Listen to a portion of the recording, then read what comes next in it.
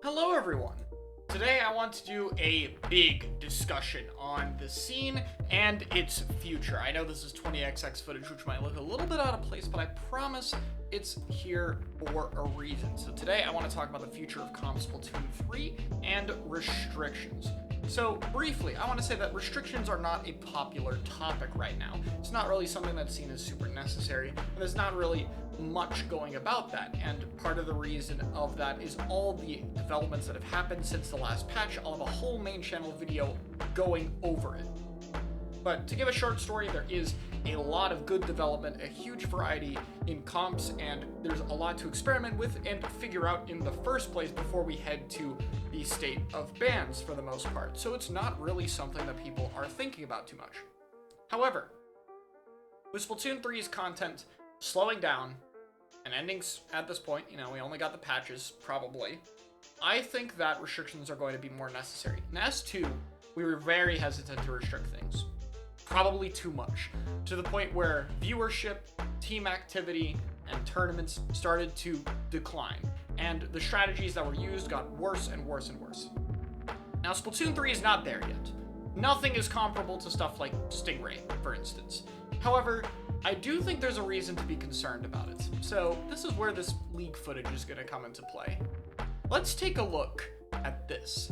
This is the 20XX league that was just ran, limited to 8 teams. 8 teams, even smaller than usual here. Let's take a look at these teams over here.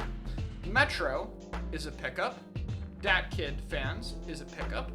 Celeste is a team. Fluffy Black Lotus is a team, so we're 2-2. Gru Gru is a pickup. Enlo Fans is a pickup. Bet is a team. Moonlight is a team. So we're 4-4. Half of the league, half of the best teams, quote unquote, in the Western scene are pickups. Oh, and by the way, this team disbanded, so it's actually 3-4. just to point that out, this team played 1 week. So, while the game itself is in a great spot, honestly, I think it's only going up from here. I think it's worth noting that team-wise, we are still in a very bad spot. The 20XX League is an amazingly ran league that I've had a ton of fun watching and helping Moonlight play in, but it has lost a lot of hype compared to previous leagues, like the Ink TV League in 2023, and I think a big part of that is the lack of teams. And even just trying to do scrims at higher level has probably never been harder for quite a while. +1, for example, a high-level pickup server is very inactive. It's very difficult to find people to scrim with, especially if you're trying to experiment with comps. Like if you're trying to do a comp that doesn't have a pencil in it or run something different, it's going to be even harder to find the right players to do so. And part of this issue will probably be alleviated over time. There is a lot of up-and-coming players that are getting into the scene. Just yesterday, at least at the time of recording, Len, Storm Hero, Arito, and Henlo got 3rd place in Kyo's Glaze Gauntlet number 3, which was a pretty high placing spot with a well-string comp. That's pretty cool. However, it's still going to take a little bit for those teams to get up there, and I think that it's clear that motivation and the ability to play the game is still something that's a little bit low right now. While that might be sustainable when the game is in a good spot, as time goes on, people will be more and more tired of issues that happen right now, and it'll be more and more difficult to keep players in. Because of that, and the limited ability to balance some of the things that have needed to be tweaked, I think that restrictions are going to end up being a necessity in a few months. So, now that we're talking about why we're getting there, I want to talk a little bit about why I'm pushing this right now. So, let's give a little bit of an example as to an easier restriction I think most people can agree would probably be a good idea. So let's take a pause from here, and let's talk about this 20XX League again, right? Let's talk about Pencil. This is such an easy punching bag for Pencil, right? It was used about, I think, 107 times. So there were 55 matches, and there was 2 teams per match, that's 110 matches, and there were 3 matches that didn't feature a blue pen on both comps. Those 3 matches were 1 match with Bamboo, 1 match with Custom Wellstring, that was likely Bagel messing around a little bit because they were up 3-0 in a set, and 1 red Pencil. So if we want to be fair, there was actually only 2 times people didn't run Pencil. And that's a problem. There are so many other anchor weapons that could be picked if Pencil wasn't there. And I'm not saying all of them would be, but let's take a look at just how many anchor weapons are somewhat restricted by Pencil's existence. There's Jet Sculpture, there's Zekko Fin, Bamboozler, Leader. On the Bucket side, there's Explo and Blob. On the Smiling side, there's Heavy, Hydra, Ballpoints. On the Dually side, there's Dowser, if you want to count that. For Blasters, we have Rapid Pro Deco. For Stringers, we have Tri-Stringer and Wellstring. And I'm not saying that these don't see use because of Pencil exactly. Some of them do see a little bit of use. Some of them are in a good spot.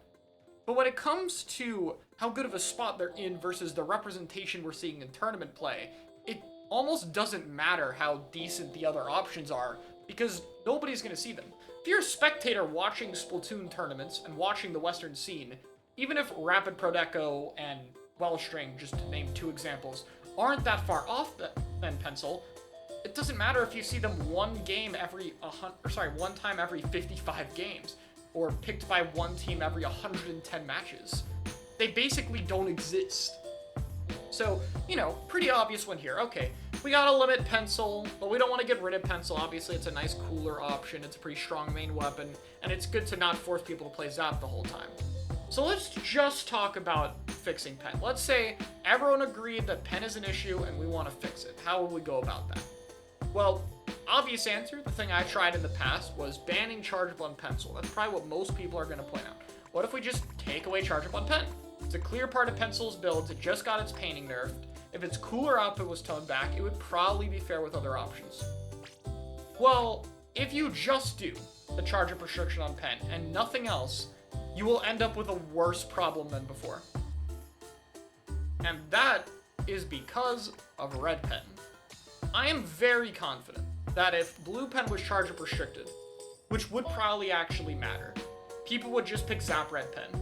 And now not only do we still have Pen, just a different one, but our short-range shooter role has now devolved to just this. And now we have an even worse problem.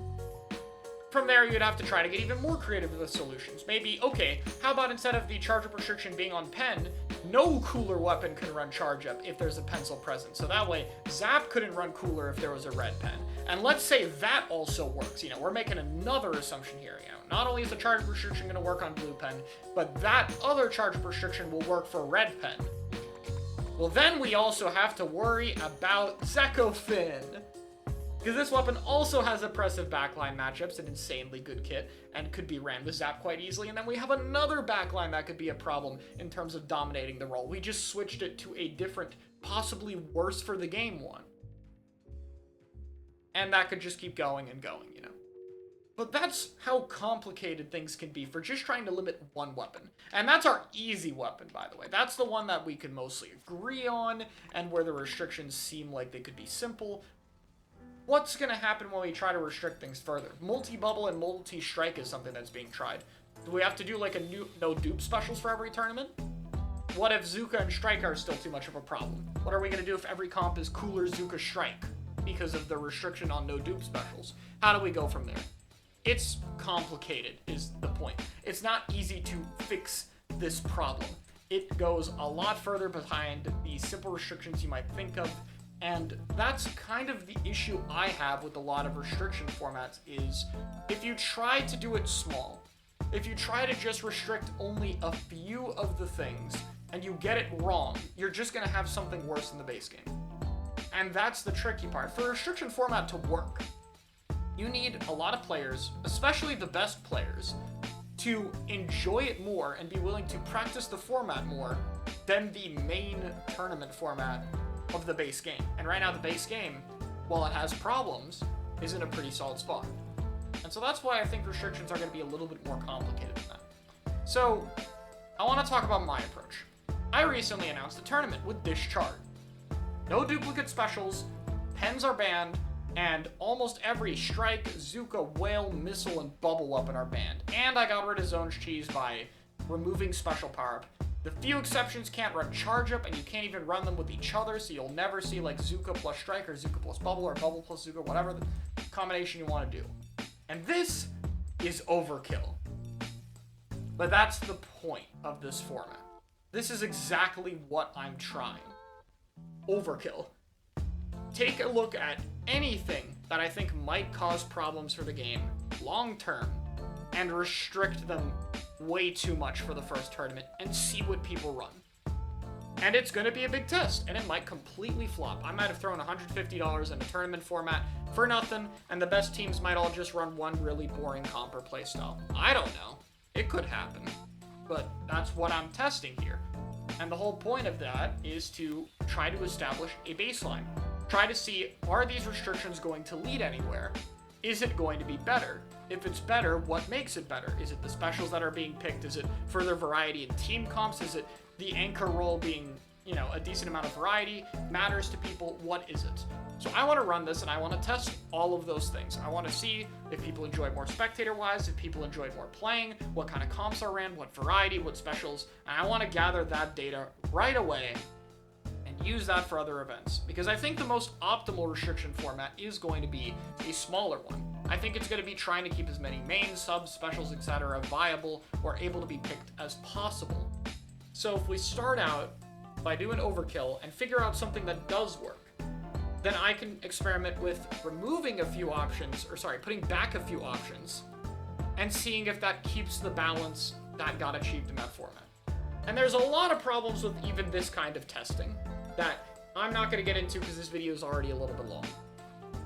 But that's what I'm getting into. I think restrictions are hard. I've always said that when talking about this kind of thing. And I think that while restrictions are something Splatoon 3 will probably need at some point in the remaining years we have until Splatoon 4, I think it's something that we have to try and do better.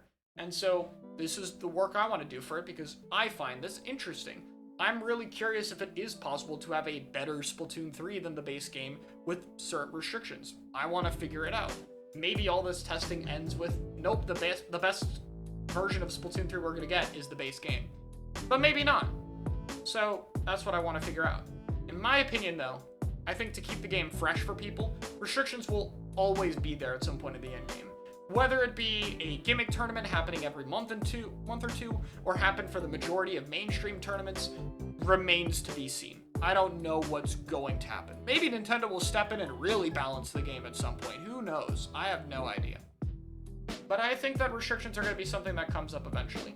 So, right now, while the players are content with the state of the game, while there's a lot of experimentation to be had, I want to try and start work on restrictions early so that when they are needed, when they are a part of the discussion, I want to be ready with enough data and ideas to have the formats really work for the player base.